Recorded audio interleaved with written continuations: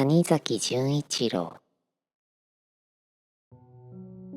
東京 TM 株式会社員法学士湯川勝太郎が12月も押し詰まったある日の夕暮れの5時ごろに金杉橋の電車通りを新橋の方へぶらぶら散歩している時であった。もし失礼ですが、あなたは湯川さんじゃございませんか？ちょうど彼が橋を半分以上渡った自分にこう言って後ろから声をかけたものがあった。湯川は振り返った。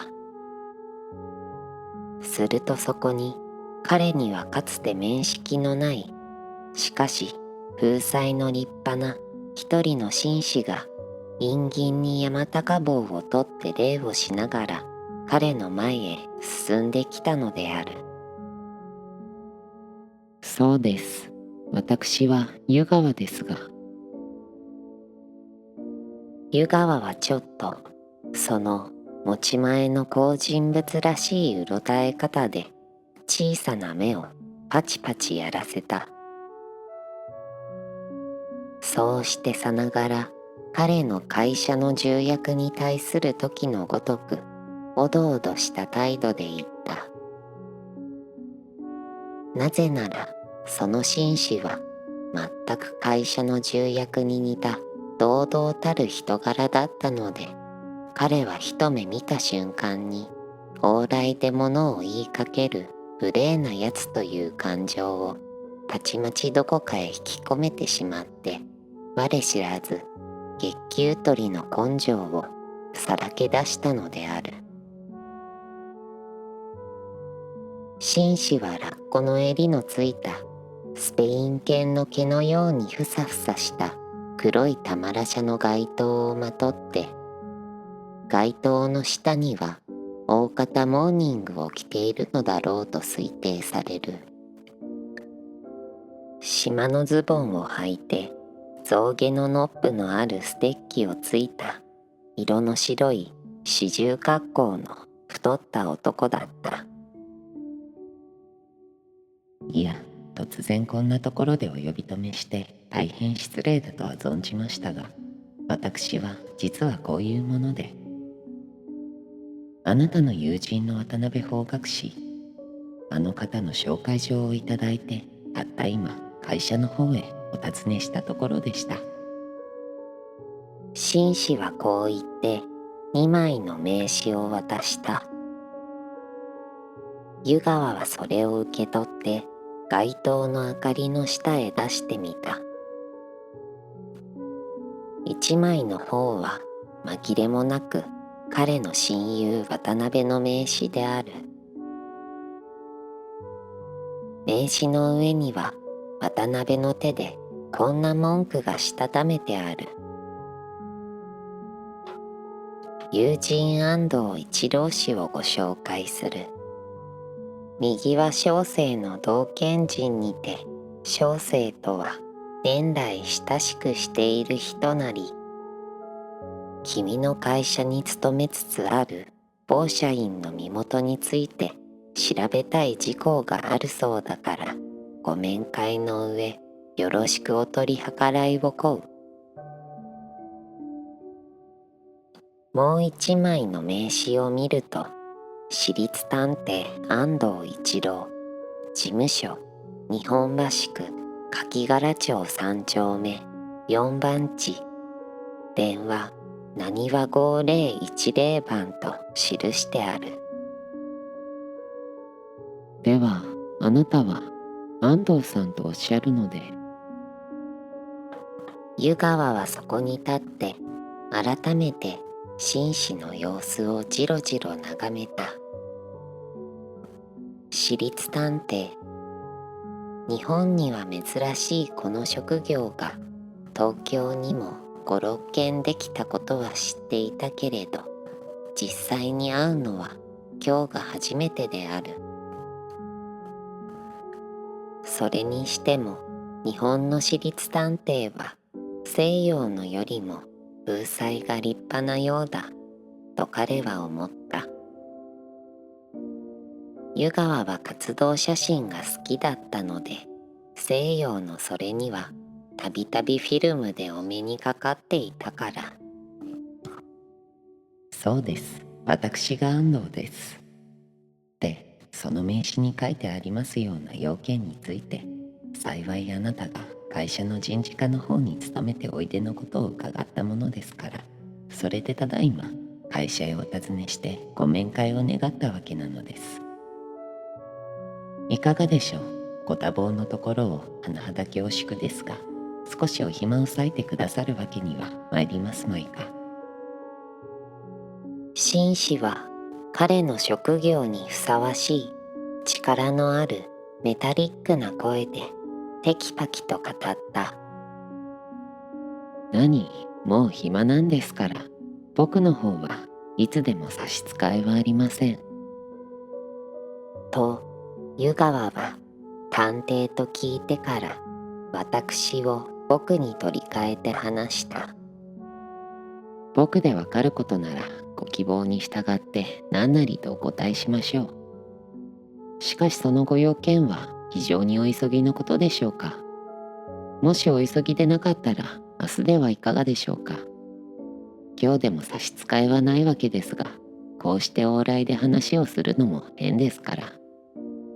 いや、ごもっともですが、明日からは会社の方もお休みでしょうし、わざわざお宅へお伺いするほどの要件でもないのですから、ご迷惑でも少しこの辺を散歩しながら話していただきましょう。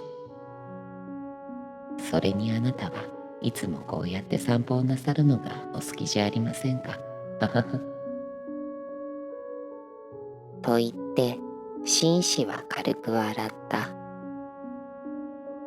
それは政治家気取りの男などがよく使う豪快な笑い方だった。湯川は明らかに困った顔つきをした。というのは彼のポケットには今しがた会社からもらってきた月給と年末賞与とが忍ばせてあった。その金は彼としては少なからぬ額だったので、彼は密かに今夜の自分自身を幸福に感じていた。これから銀座へでも行って、この間からせびられていた妻の手袋と肩掛けとを買って、あのハイカラな彼女の顔に似合うようなどっしりした毛皮のやつを買って、そうして早く家へ帰って彼女を喜ばせてやろう。そんなことを思いながら歩いている矢先だったのである。彼はこの安藤という見ず知らずの人間のために突然楽しい空想を破られたばかりでなく、今夜のせっかくの幸福にひびを入れられたような気がした。それはいいとしても、人が散歩好きのことを知っていて会社から追っかけてくるなんて、なんぼ探偵でも嫌なやつだ。どうしてこの男は俺の顔を知っていたんだろう。そう考えると不愉快だった。おまけに彼は腹も減っていた。どうでしょう。お手間は取らせないつもりですが、少し付き合っていただけますまいか。私の方はある個人の身元について立ち入ったことをお伺いしたいのですから、かえって会社でお目にかかるよりも往来の方が都合がいいのです。そうですか。じゃあとにかくご一緒にそこまで行きましょう。湯川は仕方なしに紳士と並んでまた新橋の方へ歩き出した。紳士の言うところにも理屈はあるし、それに明日になって探偵の名刺を持って家へ訪ねて来られるのも迷惑だということに気がついたからである。歩き出すとすぐに紳士探偵はポケットから葉巻を出して吸い始めた。が、ものの一丁も行く間、彼はそうして葉巻を吸っているばかりだった。湯川がバカにされたような気持ちでイライラしてきたことは言うまでもない。で、そのご用件というのを伺いましょう。僕の方の社員の身元とおっしゃると誰のことでしょうか。僕でわかることなら何でもお答えするつもりですが、無論あなたならお分かりになるだろうと思います。紳士はまた2、3分黙って葉巻を吸った。多分なんでしょうな。その男が結婚するとでも言うので身元をお調べになるのでしょうな。ええ、そうなんです。ご推察の通りです。僕は人事課にいるのでよくそんなのがやってきますよ。一体誰ですか、その男は。湯川はせめてそのことに興味を感じようとするらしく好奇心を誘いながら言った。さあ、誰と言って。そうおっしゃられるとちょっと申しにくいわけですが、その人というのは実はあなたですよ。あなたの身元調べを頼まれているんですよ。こんなことは人から間接に聞くよりも直接あなたにぶつかった方が早いと思ったもんですから。それでお尋ねするのですがね。僕はしかし、あなたはご存知ないかもしれませんが、もう結婚した男ですよ。何かお間違いじゃないでしょうか。いや、間違いじゃありません。あなたに奥様がお案なさることは私も知っています。けれどもあなたはまだ法律上結婚の手続きを済ましてはいらっしゃらないでしょう。そうして近いうちにできることなら一日も早くその手続きを済ましたいと考えていらっしゃることも事実でしょう。ああ、そうですか。わかりました。するとあなたは僕の家内の実家の方から身元調べを頼まれたわけなんですね。誰に頼まれたかということは私の職責上申し上げにくいのです。あなたにもおおよそお心当たりがおありでしょうから、どうかその点は見逃していただきとうございます。ええ、ようござんすとも。そんなことはちっとも構いません。僕自身のことなら何でも僕に聞いてください。間接に調べられるよりはその方が僕も気持ちがようござんすから。僕はあなたがそういう方法をとってくださったことを感謝します。はは、感謝していただいては痛み入りますな。僕はいつも。と、紳士も僕を使い出しながら、結婚の身元調べなんぞにはこの方法をとっているんです。相手が相当の人格のあり地位のある場合には実際直接にぶつかった方が間違いがないんです。それにどうしても本人に聞かなけりゃわからない問題もありますからな。そうですよ、そうですとも。と湯川は嬉しそうに賛成した。彼はいつの間にか機嫌を直していたのである。のみならず僕はあなたの結婚問題には少なからず同情を寄せております。紳士は湯川の嬉しそうな顔をちらと見て笑いながら言葉を続けた。あなたの方へ奥様の籍をお入れなさるのには奥様と奥様のご実家とが一日も早く和解なさらなけりゃいけませんな。でなければ奥様が25歳におなりになるまでもう3、4年待たなけりゃなりません。しかし和解なさるには奥様よりも実はあなたを先方へ理解させることが必要なのです。それが何よりも肝心なのです。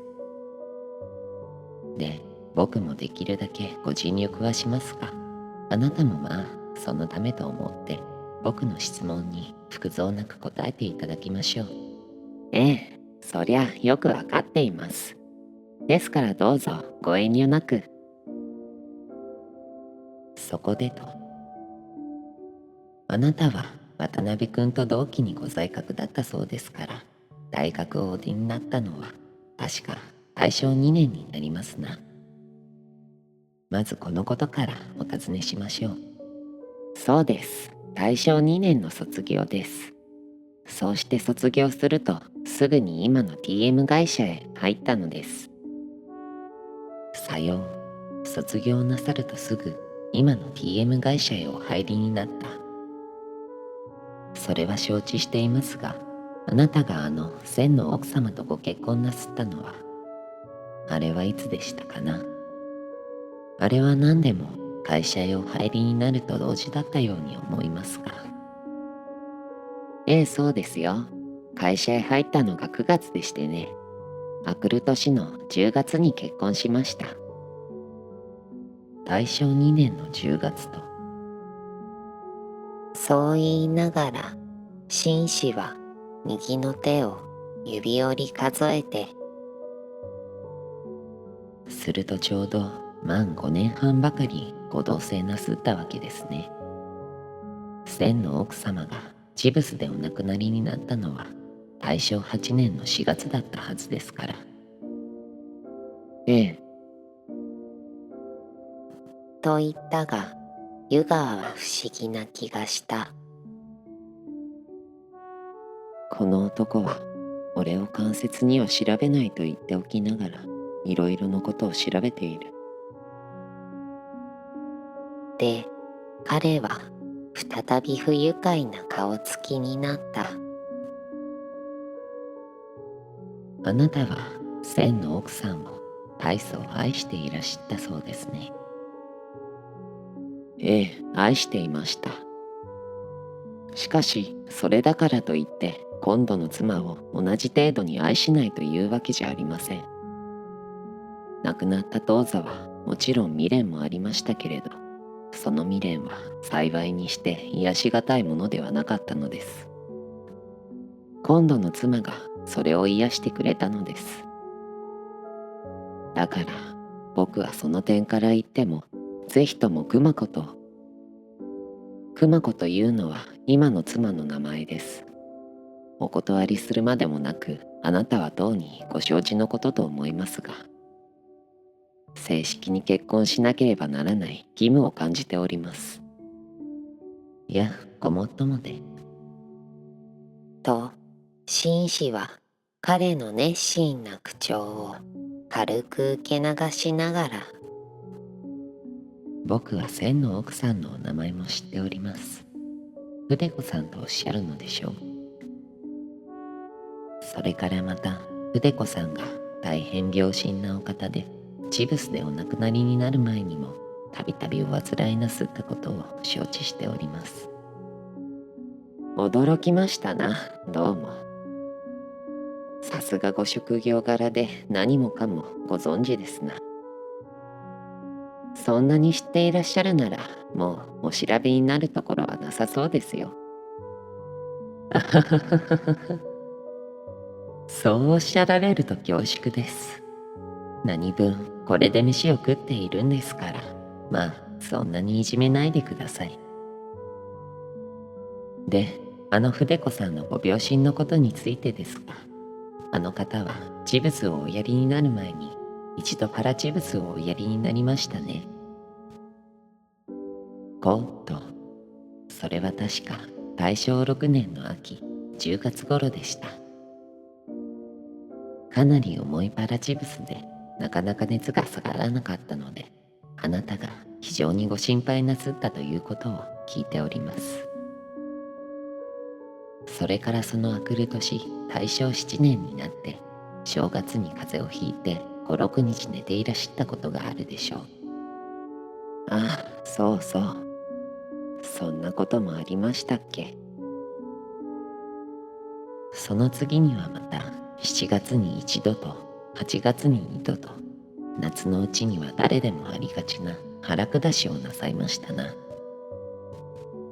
この3度の腹下しのうちで2度はごく軽微なものでしたからお休みになるほどではなかったようですが、1度は少し重くって1日2日伏せていらっしゃっ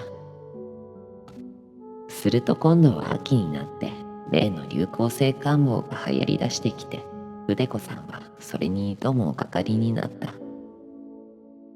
すなわち10月にいっぺん軽いのをやって、2度目はあくる年の大正8年の正月のことでしたろう。その時は肺炎を併発して奇特なご容体だったと聞いております。その肺炎がやっとのことで全快すると、2月も経たないうちにチブスでお亡くなりになったのです。そうでしょうな。僕の言うことに多分間違いはありますまいな。ええ。と言ったきり、湯川は下を向いて何かしら考え始めた。二人はもう新橋を渡って裁判の銀座通りを歩いていたのである。まったく千の奥さんはお気の毒でした。亡くなられる前後半年ばかりというものは、死ぬような大患いを2度もなすったばかりでなく、その間にもまた肝を冷やすような危険な目にもちょいちょいお相手したからな。あの窒息事件があったのはいつ頃でしたろうか。そう言っても湯川が黙っているので、紳士は一人でうなずきながら喋り続けた。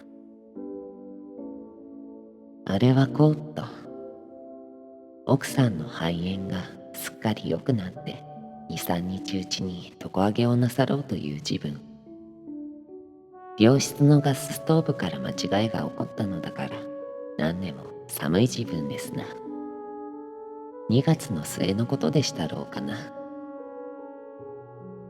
ガスの線が緩んでいたので、夜中に奥さんがもう少しで窒息なさろうとしたのは、しかしいい塩梅に大事に至らなかったものの、あのために奥さんの床上げが2、3日延びたことは事実ですな。そうです、そうです。それからまだこんなこともあったじゃありませんか。奥さんが乗り合い自動車で新橋から須田町へおいでになる途中で、その自動車が電車と衝突してすんでのことで、ちょっとお待ちください。僕はさっきからあなたの探偵眼には少なからず敬服していますが、一体何の必要があって、いかなる方法でそんなことをお調べになったのでしょう。いや、別に必要があったわけじゃないんですがね。僕はどうも探偵癖がありすぎるもんだから、つい余計なことまで調べ上げて人を驚かしてみたくなるんですよ。自分でも悪い癖だと思っていますが、なかなかやめられないんです。今時期に本題へ入りますから、まあもう少し辛抱して聞いてください。で、あの時奥さんは自動車の窓が壊れたので、ガラスの破片で額へ怪我をなさいましたね。そうです。しかし筆子は割にのんきな女でしたから、そんなにびっくりしてもいませんでしたよ。それに怪我といってもほんのかすり傷でしたから。ですが、あの衝突事件については僕が思うのに、あなたにも多少責任があるわけです。なぜ？なぜと言って、奥さんが乗り合い自動車へお乗りになったのは、あなたが電車へ乗るな、乗り合い自動車で行けとお言いつけになったからでしょう。そりゃ言いつけました。かもしれません。僕はそんなこまごましたことまではっきり覚えてはいませんが、なるほどそう言いつけたようにも思います。そうそう、確かにそう言ったでしょう。それはこういうわけだったんです。何しろ筆子は二度も流行性感冒をやった後でしたろう。そうしてその自分、人混みの電車に乗るのは最も感冒に感染しやすいということが新聞などに出ている自分でしたろう。だから僕の考えでは、電車より乗り合い自動車の方が危険が少ないと思ったんです。それで決して電車へは乗るなと固く言いつけたわけなんです。まさか筆子の乗った自動車が運悪く衝突しようとは思いませんからね。僕に責任なんかあるはずはありませんよ。筆子だってそんなことは思いもしなかったし、僕の忠告を感謝しているくらいでした。もちろん筆子さんは常にあなたの親切を感謝しておいででした。亡くなられる最後まで感謝しておいででした。けれども僕はあの自動車事件だけはあなたに責任があると思いますね。そりゃあなたは奥さんのご病気のためを考えてそうしろとおっしゃったでしょう。それはきっとそうに違いありません。にもかかわらず僕はやはりあなたに責任があると思いますね。なぜ？お分かりにならなければ説明しましょう。あなたは今まさかあの自動車が衝突しようとは思わなかったとおっしゃったようです。しかし奥様が自動車へお乗りになったのはあの日一日だけではありませんな。あの自分、奥さんは大患いをなすった後でまだ医者に診てもらう必要があって、一日おきに芝口のお宅から万世橋の病院まで通っていらした。それも一月ぐらい通わなければならないことは最初から分かっていた。そうしてその間はいつも乗り合い自動車へお乗りになった。衝突事故があったのはつまりその期間の出来事です。ようござんすかね。ところでもう一つ注意すべきことは、あの自分はちょうど乗り合い自動車が始まりたてで衝突事故がしばしばあったのです。衝突しやしないかという心配は少し神経質の人にはかなりあったのです。ちょっとお断り申しておきますが、あなたは神経質の人です。そのあなたが最愛の奥さんをあれほどたびたびあの自動車へお乗せになるということは、少なくともあなたに似合わない不注意じゃないでしょうか。一日おきに一月の間あれで往復するとなれば、その人は30回衝突の危険にさらされることになります。そこへ気がつかれるとは、あなたも僕に劣らない神経質ですな。なるほど、そうおっしゃられると、僕はあの自分のことをだんだん思い出してきましたが、僕もあの時まんざらそれに気がつかなくはなかったのです。けれども僕はこう考えたのです。自動車における衝突の危険と電車における感冒電線の危険とどっちがプロバビリティが多いか。それからまた仮に危険のプロバビリティが両方同じだとしてどっちが余計生命に危険であるか。この問題を考えてみて結局乗り合い自動車の方がより安全だと思ったのです。なぜかというと今あなたのおっしゃった通り月に30回往復するとしてもし電車に乗ればその30台の電車のいずれにも必ず感冒のばい菌がいると思わなければなりません。あの自分は流行の絶頂期でしたからそう見るのが至当だったのです。すでにばい菌がいるとなればそこで感染するのは偶然ではありません。しかるに自動車の事故の方は、これは全く偶然の災いです。無論どの自動車にも衝突のポシビリティはありますが、しかし初めから火因が歴然と存在している場合とは違いますからな。次にはこういうことも私には言われます。筆子は2度も流行性感冒にかかっています。これは彼女が普通の人よりもそれにかかりやすい体質を持っている証拠です。だから電車へ乗れば彼女は多勢の乗客のうちでも危険を受けるべく選ばれた一人とならなければなりません。自動車の場合には乗客の感ずる危険は平等です。のみならず僕は危険の程度についてもこう考えました。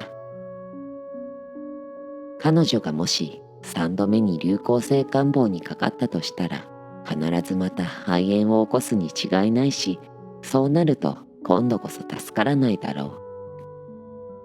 一度肺炎をやった者は再び肺炎にかかりやすいということを聞いてもいましたし、おまけに彼女は病後の衰弱から十分回復しきらずにいた時ですから、僕のこの心配は杞憂ではなかったのです。ところが衝突の方は衝突したから死ぬと決まってやしませんからな。よくよく不運な場合でなけりゃ大怪我をするということもないし、大怪我が元で命を取られるようなことはめったにありゃしませんからな。そうして僕のこの考えはやはり間違ってはいなかったのです。ご覧なさい。筆子は往復30回の間に一度衝突に遭いましたけれど、わずかにかすり傷だけで済んだじゃありませんか。なるほど。あなたのおっしゃることはただそれだけ伺っていれば理屈が通っています。どこにも切り込む隙がないように聞こえます。が、あなたがただいまおっしゃらなかった部分のうちに、実は見逃してはならないことがあるのです。というのは、今のその電車と自動車との危険の可能率の問題ですな。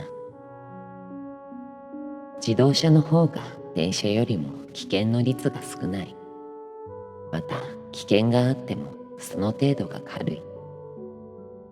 そうして乗客が平等にその危険を負担する。これがあなたのご意見だったようですが、少なくともあなたの奥様の場合には自動車に乗っても電車と同じく危険に対して選ばれた一人であったと僕は思うのです。決して他の乗客と平等に危険にさらされてはいなかったはずです。つまり自動車が衝突した場合にあなたの奥様は誰よりも先に、かつおそらくは誰よりも重い負傷を受けるべき運命のもとに置かれていらした。このことをあなたは見逃してはなりません。どうしてそういうことになるのでしょう。僕にはわかりかねますがね。はは、お分かりにならない。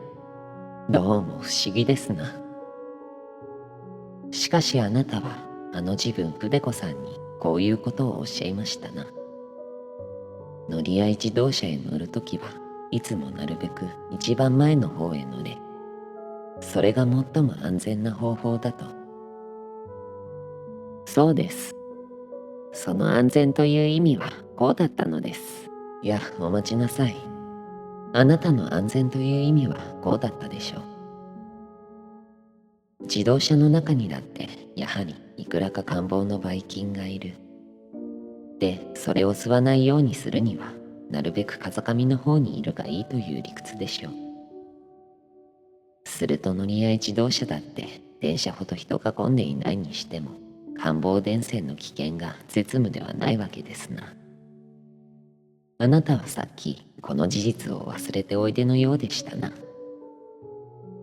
それからあなたは今の理屈に付け加えて乗り合い自動車は前の方へ乗る方が振動が少ない。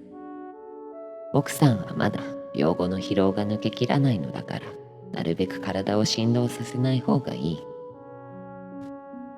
この2つの理由をもってあなたは奥さんに前へ乗ることをお勧めなすったのです。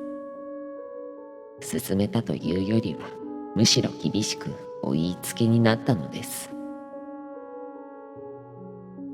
奥さんはあんな正直な方で、あなたの親切を無にしては悪いと考えていらしたから、できるだけ命令通りになさろうと心がけておいででした。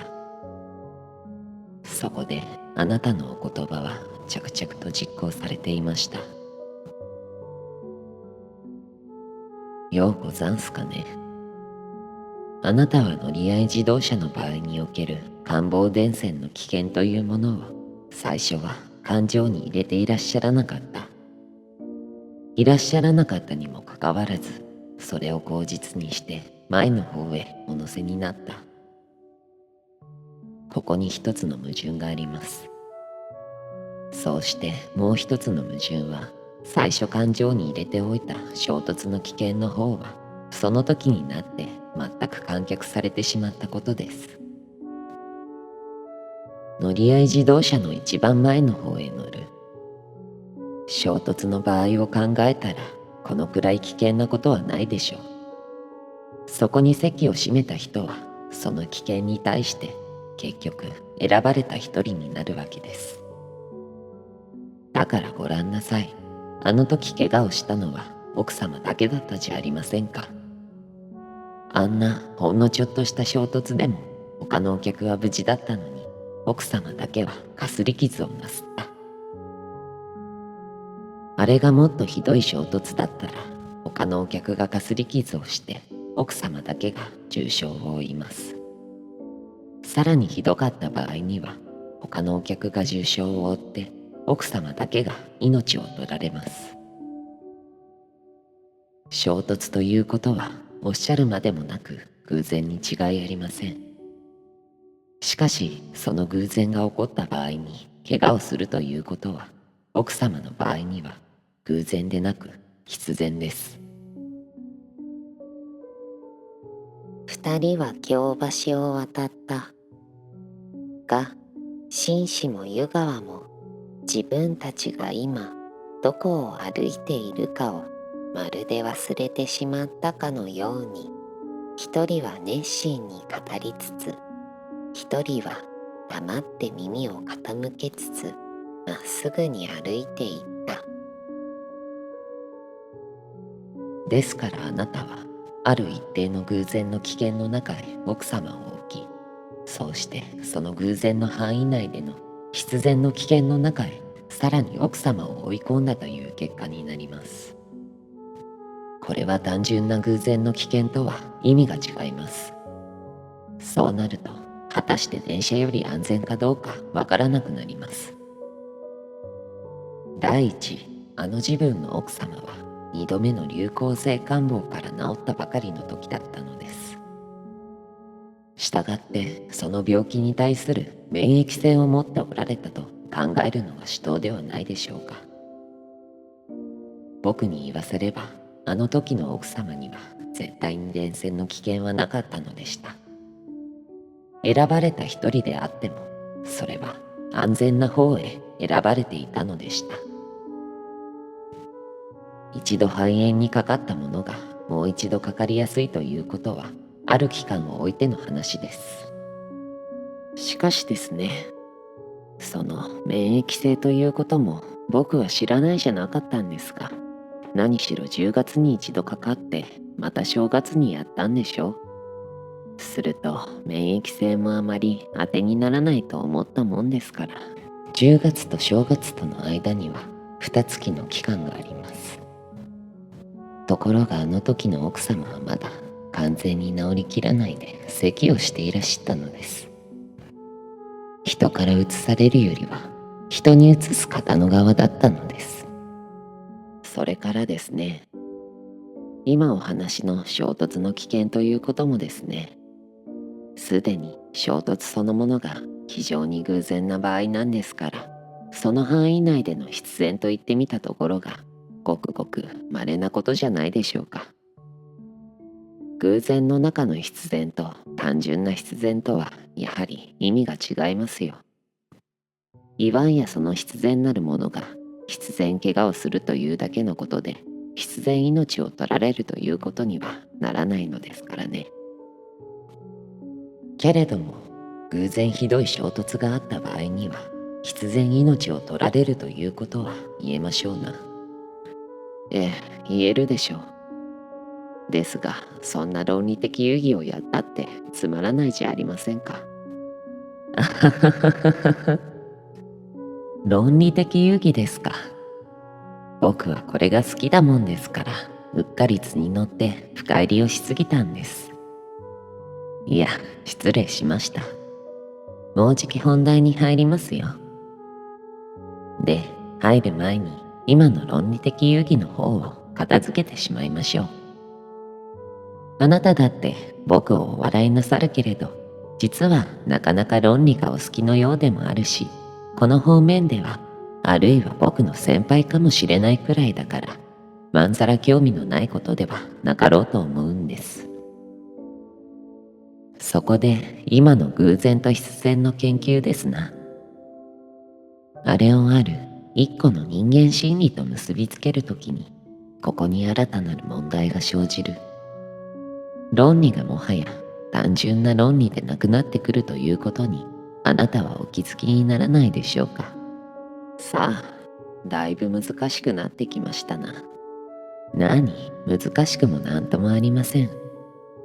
ある人間の心理と言ったのはつまり犯罪心理を言うのです。ある人がある人を間接な方法で誰にも知らせずに殺そうとする。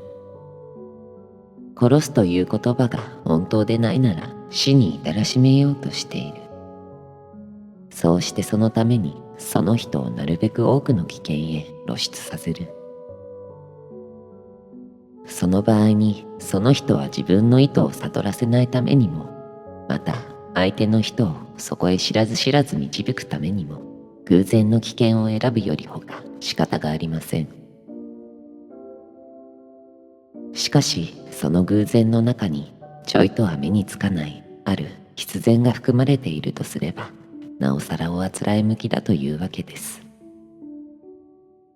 であなたが奥さんを乗り合い自動車へお乗せになったことはたまたまその場合と外形において一致してはいないでしょうか。僕は外形においてと言います。どうか感情を害しないでください。無論あなたにそんな意図があったとは言いませんがあなたにしてもそういう人間の心理はお分かりになるでしょうな。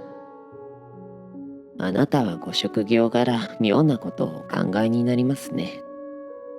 外形において一致しているかどうかあなたのご判断にお任せするより仕方がありませんがしかしたった一月の間30回自動車で往復させただけでその間に人の命が奪えると思っている人間があったらそれはバカか気違いでしょう。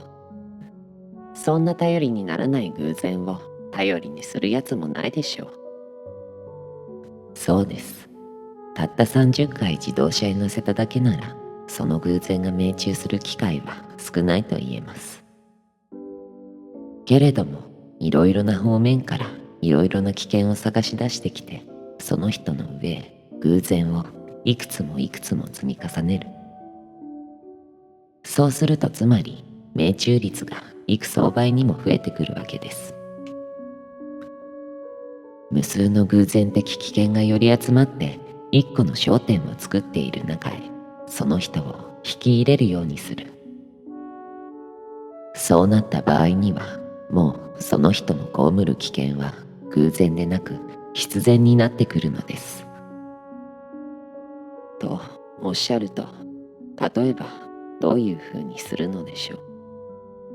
例えばですねここに一人の男があってその妻を殺そう死に至らしめようと考えている。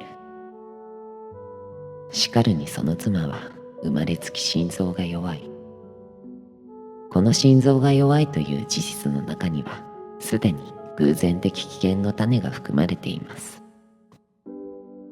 でその危険を増大させるためにますます心臓を悪くするような条件を彼女に与える。例えばその男は妻に飲酒の習慣をつけさせようと思って酒を飲むことを勧めました。最初はブドウ酒を寝しなに一杯ずつ飲むことを勧める。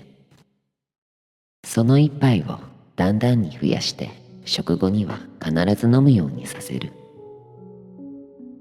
こうして次第にアルコールの味を覚えさせました。しかし彼女はもともと酒をたしなむ傾向のない女だったので、夫が望むほどの酒飲みにはなれませんでした。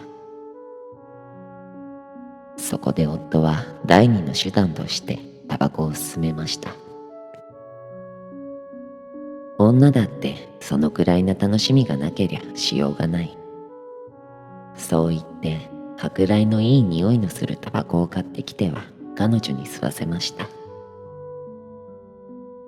ところがこの計画は立派に成功して、一月ほどのうちに彼女は本当の喫煙家になってしまったのです。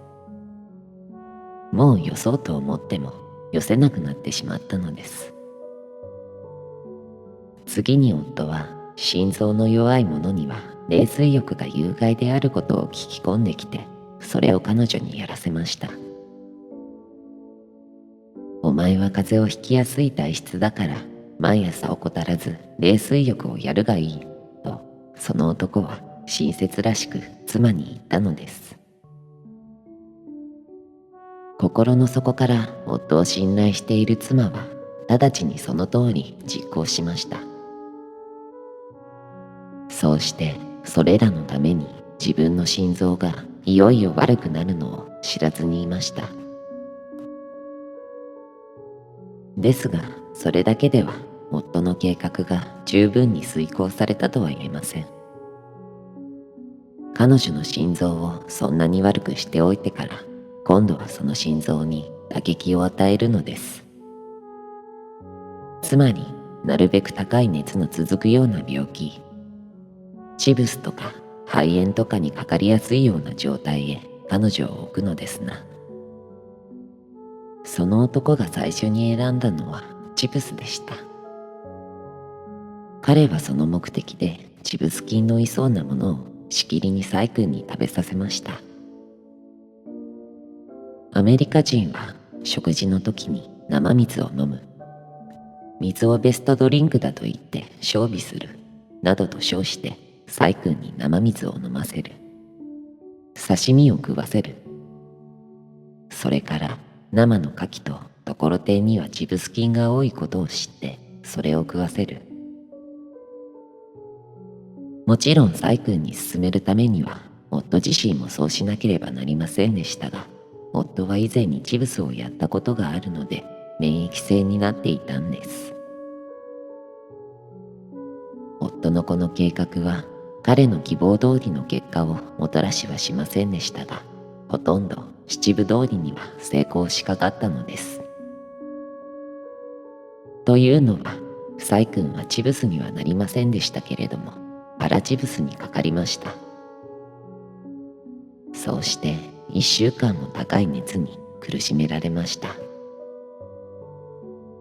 がパラチブスの死亡は1割内外につきませんから、幸か不幸か心臓の弱いサイ君は助かりました。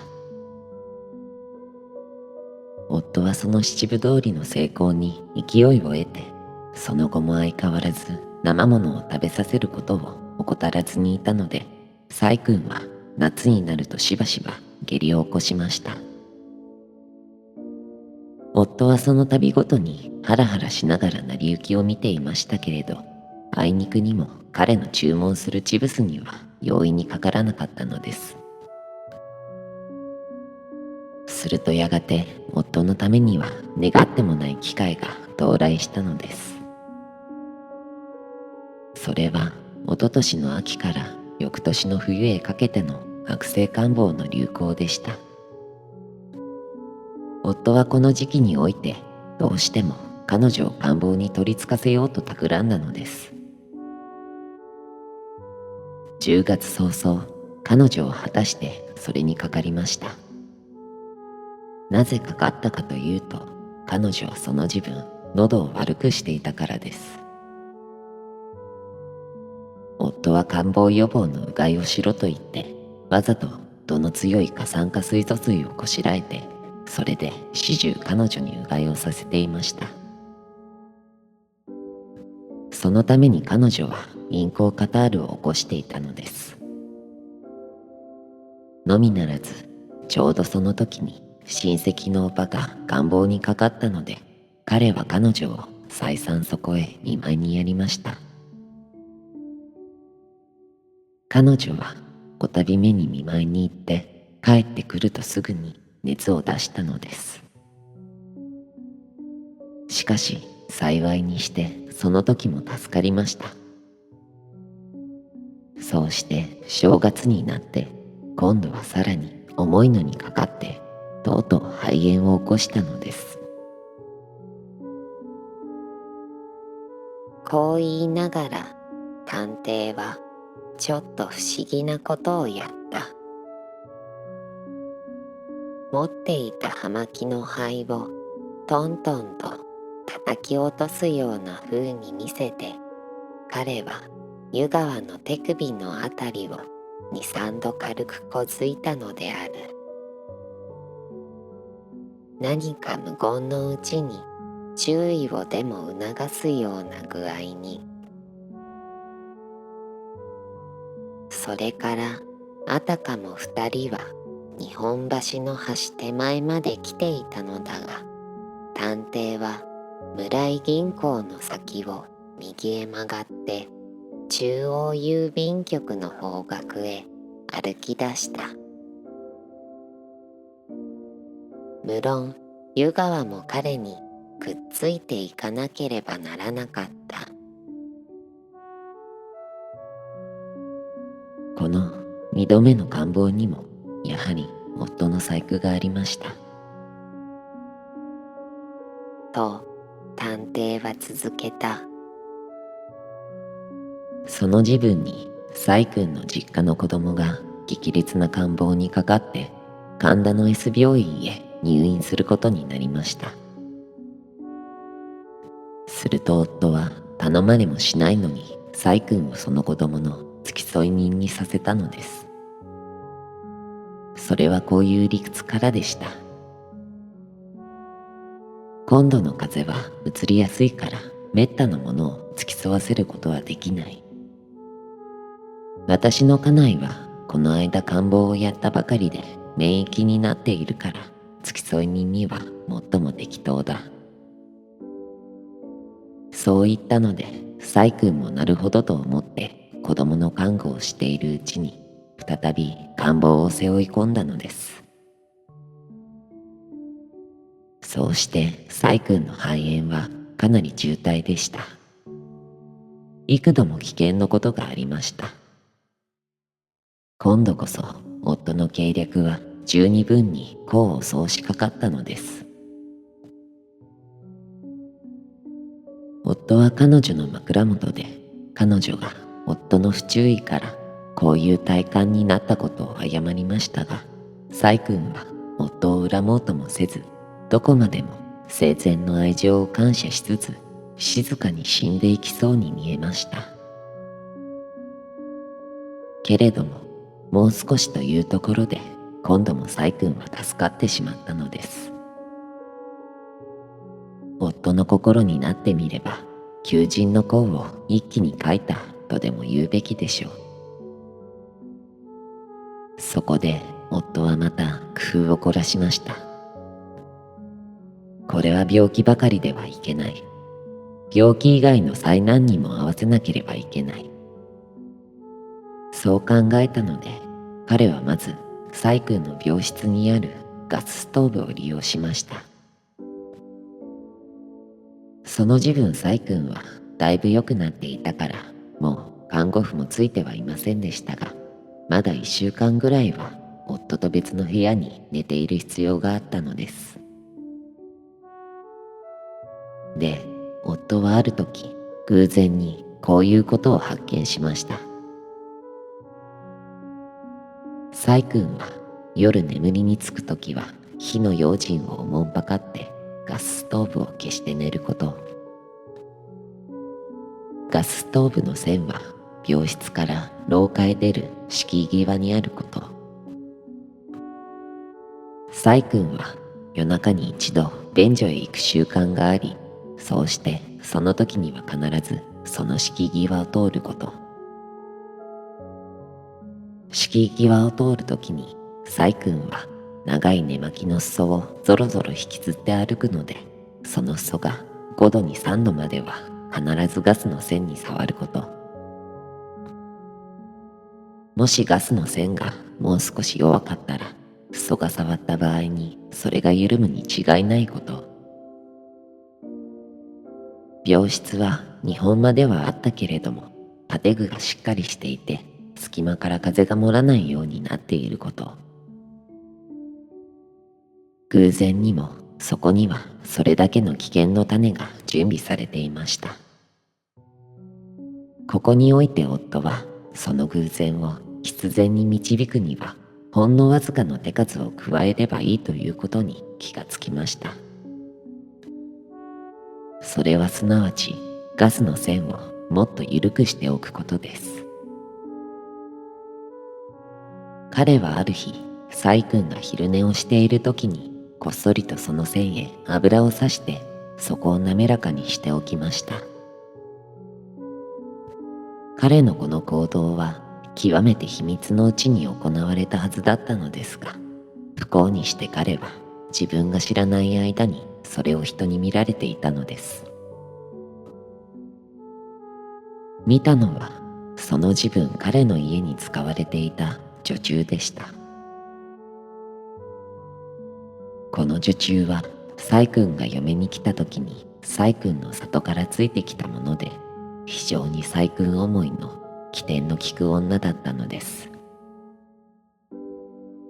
まあそんなことはどうでもようござんすがね。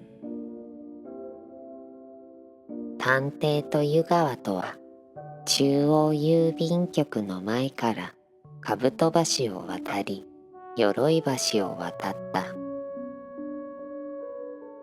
二人はいつの間にか水天宮前の電車通りを歩いていたのである。で、今度も夫は七分通り成功して残りの三部で失敗しました。サイ君は危うくガスのために窒息しかかったのですが、大事に至らないうちに目を覚まして夜中に大騒ぎになったのです。どうしてガスが漏れたのか原因は間もなく分かりましたけれど、それはサイ君自身の不注意ということになったのです。その次に夫が選んだのは乗り合い自動車です。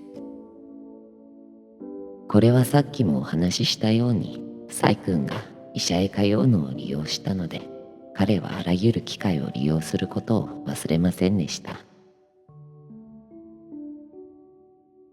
そこで自動車もまた不成功に終わった時に、さらに新しい機会をつかみました。彼にその機会を与えたものは医者だったのです。医者はサイ君の病後保養のために転地することを勧めたのです。どこか空気のいいところへ一月ほど行っているように。そんな勧告があったので、夫はサイ君にこう言いました。お前は始終患ってばかりいるのだから、一月や二月転地するよりも、いっそうち中でもっと空気のいいところへ引っ越すことにしよう。そうかといってあまり遠くへ越すわけにもいかないから、大森あたりへ家を持ったらどうだろう。あそこなら海も近いし、俺が会社へ通うのにも都合がいいから。この意見にサイ君はすぐ賛成しました。あなたはご存知かどうか知りませんが、大森は大層飲み水の悪い土地だそうですな。そうしてそのせいか伝染病が絶えないそうですな。ことにチブスが。つまりその男は災難の方がダメだったので再び病気を狙い始めたのです。で、大森へ越してからは一層猛烈に生水や生ものを細君に与えました。相変わらず冷水浴を励行させ喫煙を進めてもいました。それから彼は庭を手入れして樹木をたくさんに植え込み、池を掘って水たまりをこしらえ、また便所の位置が悪いと言ってそれを西日の当たるような方角に向き変えました。これは家の中に蚊とハエとを発生させる手段だったのです。いや、まだあります。彼の知人のうちにチブス患者ができると、彼は自分は免疫だからと称してしばしばそこへ見舞いに行き、たまには細君にも行かせました。こうして彼は気長に結果を待っているはずでしたが、この計略は思いのほか早く、越してからやっと一月も経たないうちに、かつ今度こそ十分に功を奏したのです。彼がある友人のチブスを見舞いに行ってから間もなく、そこにはまたどんな陰険な手段が弄されたか知れませんが、細君はその病気にかかりました。そうしてついにそのために死んだのです。どうですか？これはあなたの場合に外形だけはそっくり当てはまりはしませんかね？ええ、そりゃ外形だけは。あはははは。そうです。今までのところでは外形だけはです。あなたは千の奥さんを愛していらした。ともかく外形だけは愛していらした。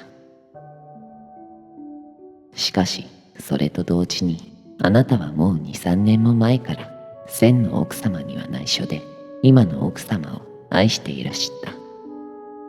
外形以上に愛していらした。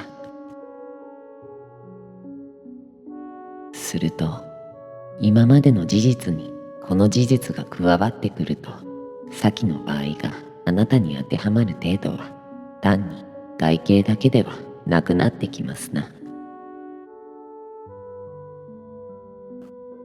二人は水天宮の電車通りから右へ曲がった狭い横丁を歩いていた。横丁の左側に私立探偵と書いた大きな看板を掲げた事務所風の家があった。ガラス戸のはまった2階にも階下にも明かりがこうこうと灯っていた。そこの前まで来ると探偵は「あはははははは」と大声で笑い出した。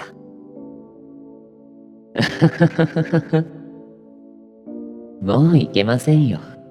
もうお隠しなすってもいけませんよ。あなたはさっきから震えていらっしゃるじゃありませんか。千の奥様のお父様が今夜僕の家であなたを待っているんです。まあそんなに怯えないでも大丈夫ですよ。ちょっとここへお入んなさい。彼は突然湯川の手首をつかんでぐいと肩でドアを押しながら明るい家の中へ引きずり込んだ。電灯に照らされた湯川の顔は真っ青だった。彼は送信したようにぐらぐらとよろめいてそこにある椅子の上に尻餅をついた。